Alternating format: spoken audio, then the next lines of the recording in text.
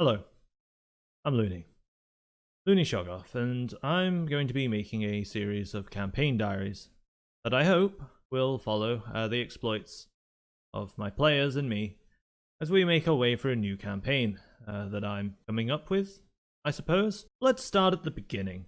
It all began a couple of weeks ago now, when the campaign I'd been playing at my local game store came to an end. The GMs that were running had concluded their story arcs and were going on to do university. This left quite a few players who were not leaving the area without a GM. And so I slowly placed my hand into the air and said, I'll do it. I'll GM. I'll start a session next week. Next week rolled round ever so quickly. And the first session, well, the preparation for it was done very quickly, very haphazardly, in a day. And with only a day to prepare for the session, I decided it best to keep it simple. What do we need? We need something that makes the players venture out from safety and find themselves in a bit of a dilemma. What's the most classic and simple kind of story hook I can get? Well, cattle rustlers. People have been stealing cows from a local farm. Great. I didn't want to overthink it, so I grabbed on with both hands. Why are they stealing these cattle? Who is stealing these cattle? And why do the players care? And from this comes the story, I suppose. So, who was stealing these cattle? Well, these creatures called the Hollowskin. Imagine a goblin, that kind of small, insidious creature. But these Hollowskins, as the name implies, are hollow. Inside, there's no organs, no bones, more just a vitriolic soup, an acidic flambe. Why are they stealing the cows? Well, obviously, they need to make more of them. And to make more of them, they need more meat, more gristle, more flesh. That makes it fairly simple. We have the what's happening, cows are being stolen. We have the who's doing it, these hollow-skin creatures. We have the why. They want to sustain their colony, to make more of them. Good. Well, then we need a couple of other things. Why do the players care? Where are the players? Where is this happening? So I dived into my hat of names and pulled out a couple. We've decided there's a tavern called the Jester's Slippers. It's next to a small fort on a hill. Why a fort? Well, it's a small area. Trade goes through, and this allows it to be not necessarily a village or a town. There's not that many people there, so not that much trouble for the GM to prepare. But in this case, why is Darkbane Fort on this hill, affecting a trade route? Okay, sorted. Who's the owner of this tavern? Nilian Vimar, a elf. He's a shrewd businessman, and having established himself here, he's looking to put his fingers in other pies.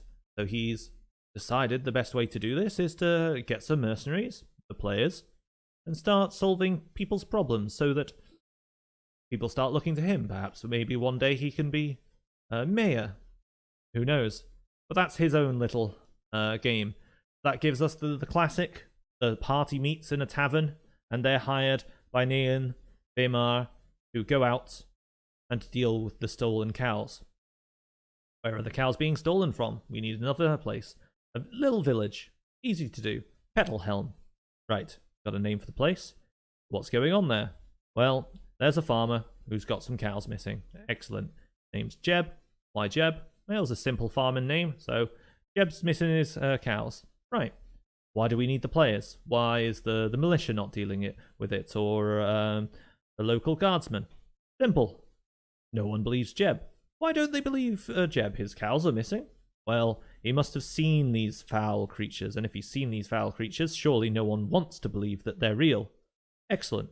So, there we go. We've got the nice kind of bare bones for what's going on and why everyone's going to be going out there. So let's start fleshing out the village. Who's in the village that they can talk to. And here's where I reached in and pulled out a couple more names. So we needed some people to establish that the majority of the village doesn't actually believe Jeb.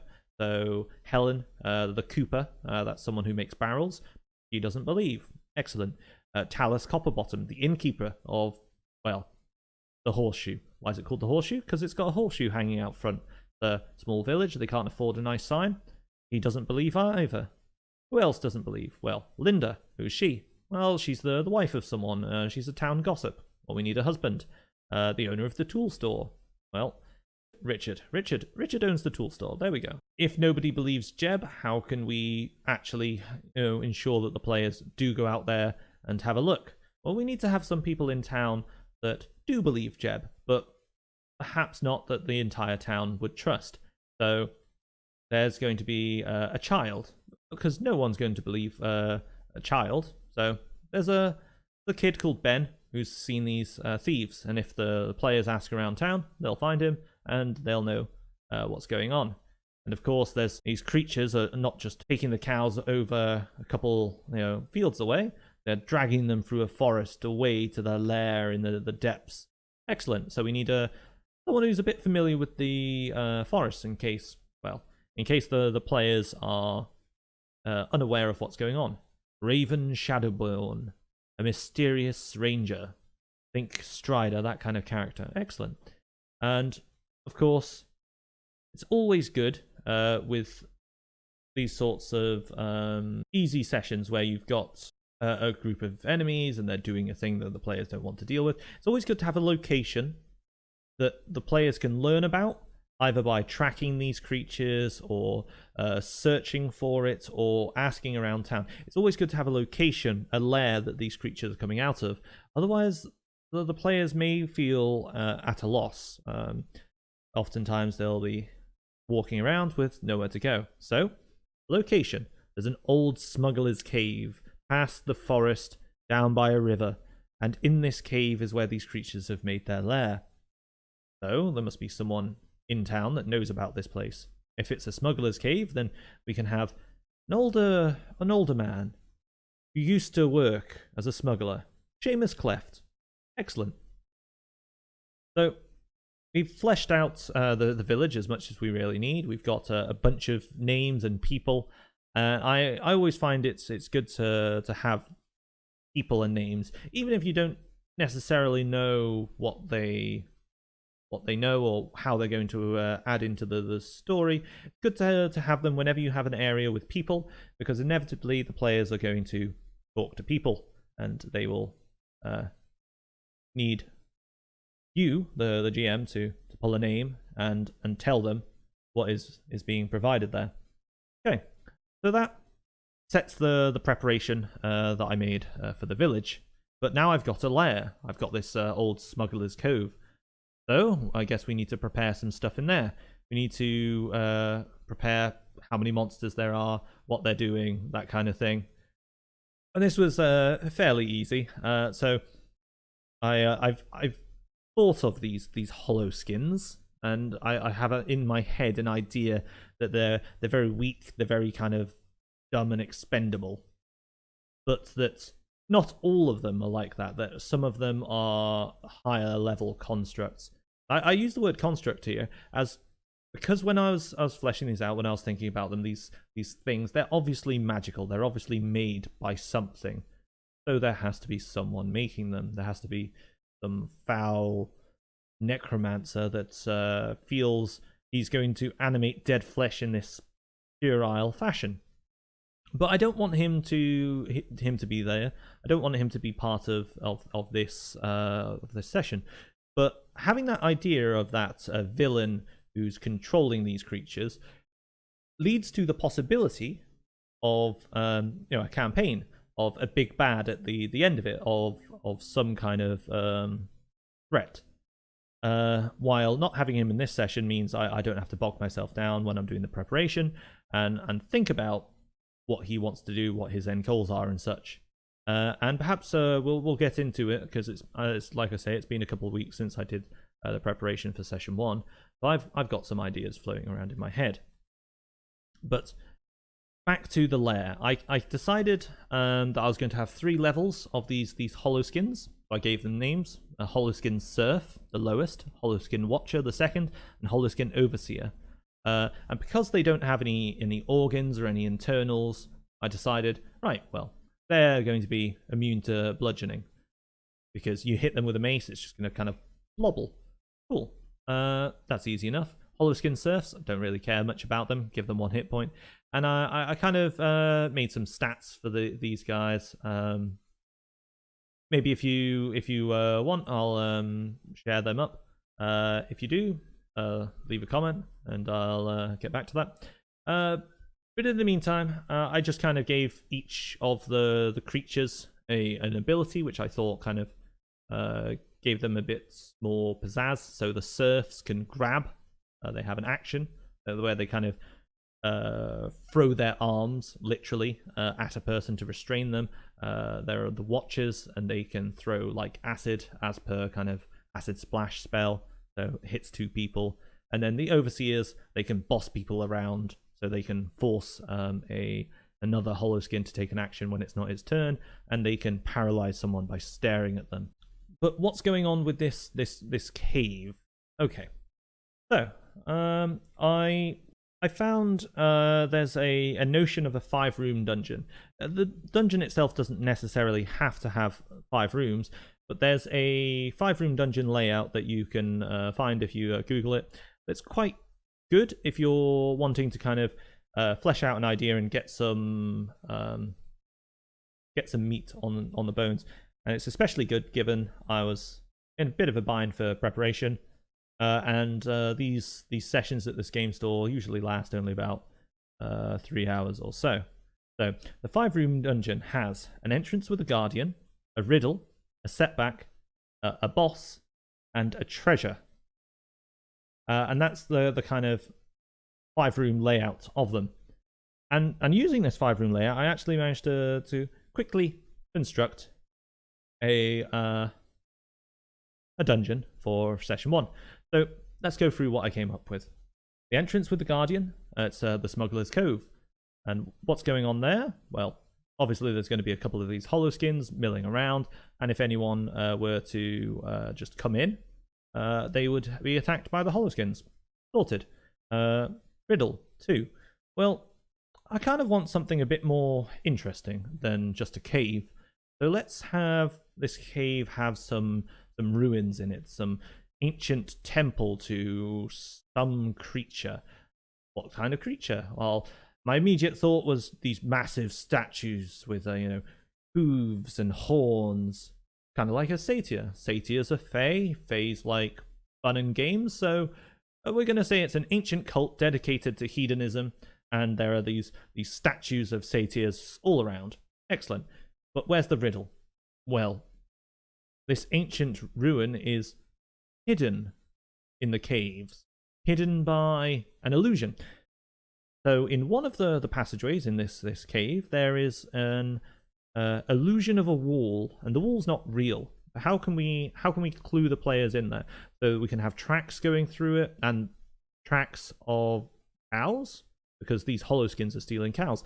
And if we have tracks of cows, we can have a cowbell. And if it's an illusionary wall, we can have a cowbell that's like halfway through the wall. So there's like half a cowbell. That will kind of entice the players to inspect it, what's going on. And if they pick it up, they should be able to make the connection that when they pull out a whole cowbell from a wall where there was only half, there's a passage. Cool. A setback. So at the bottom of the spiraling staircase beyond this illusory passage, I thought that it might be good, since these creatures are only interested in the flesh of their victims. They're not interested in the bones. Could be interesting to have a bone pit where there's a bunch of skulls and femurs and other assorted deposits in this pit. And the setback could be that the ledge leading down there, the tiled walkway, is very fragile and very loose, meaning the players, if they're not cautious, could fall and tumble down. Great. That makes it nice and sweet. Awesome. We have a setback. We can then fill that in with some more enemies, at this time to introduce them to one of the Holoskin Watchers. And if they're only interested in the flesh, then they're not interested in any loot. So the bones down there could quite easily, and probably, have gold items and stuff. And then I went to my favorite little thing and rolled up a random loot generator. And the random loot generator generated some loot that immediately got my brain a turning. So let's read out what it generated. A box of perfumed candles, a small silver mirror, a small vial of perfume, a fine cloth coat, a silk tabard, a feathered book, a pewter bell, pewter candlesticks, and a small hammer, a magical +1 hammer. And what my mind did when it first saw that was it saw candle, book, bell. And that conjured the image of a witch hunter who goes around expelling ghosts and spirits from people. It's the candle, the book, and the bell is a classic set of items used by someone who performs exorcisms. So I thought to myself, right, well, we'll have these items down there, but we'll have a little story note. We'll add the corpse of this witch hunter, Thum Wickwet. That's just a name that we pull out of a hat. And Thum Wickwet has come here on the trail of... And at this point, I'm not quite sure. I haven't really firmed it out. Perhaps he's here on the trail of this necromancer who's been summoning these creatures. Perhaps he's here because this is an ancient temple, and below it there are catacombs. I'm not quite sure, but I put that little note in, and I figured I'll figure something out when I got to it. So that gets us the setback. Leads us to the next room, the big boss. So here is a big room filled with pillars, statues of these satyr-like creatures, etc. And here is also the objective, the carcass of a cow stretched out across two of these statues, the still living remains of Jeb's last stolen cow, and of course the holoskins. So this is a fairly kind of straightforward, put down an overseer, maybe some serfs. We'll see how well the party's been doing until that kind of point. And remember, at this point, I don't know how many players are necessarily going to show up to the session, so it's hard to plan for that. But so big boss, nice and easy. Make some loot for it, awesome. And that leads us to the 5th room of the 5-room dungeon, the treasure or the reward. Okay, so they've got to the final boss, and these hollow skins, they're not going to have any treasure or loot beyond kind of flesh and sap of it. So I figure, why not have a secret passage through which some loot from this temple can be found. So how do I want to clue them in that they could be looking for a secret passage? Have a destination that they can't get to otherwise. So I decided on a pulpit. This is the grand kind of room of the dungeon. So I figured have a pulpit. If we have a pulpit, they need to have some stairs to get up onto that pulpit. And I figure if there's no stairs, players will see the pulpit and they'll start looking for an entrance, and they should be able to find the secret passageway, which will have connect to maybe the priest's chambers. So I rolled up some loot, and what I got was quite interesting again. It triggered some little thoughts in my head. It was a bunch of gemstones, but 2 scrolls. The scroll of friends and the scroll of disguised self. And I think scrolls are a nice and interesting way, but that pairing, friends and disguised self, made me think, what if there was a magical item here that could cast those 2 spells? This is a cult of hedonism after all, so it could be very reasonable to assume that the head priest had some kind of magical object that made people like him and made him be able to wear multiple faces. So came up with something, and I said, right, the Cloak of Dissolving Honesty. It can cast once per day. Friends, once per day. Disguise self. Done. Nice and easy. So drop that in. And that now is all of the preparation I had done prior to the first session. And if you join us next time, I'll tell you what actually happened in session 1. Thanks for watching. And remember, like, comment, and subscribe. I'm your host, Loony Shoggoth, and until we meet again, I'll be lurking in your dreams. Good night.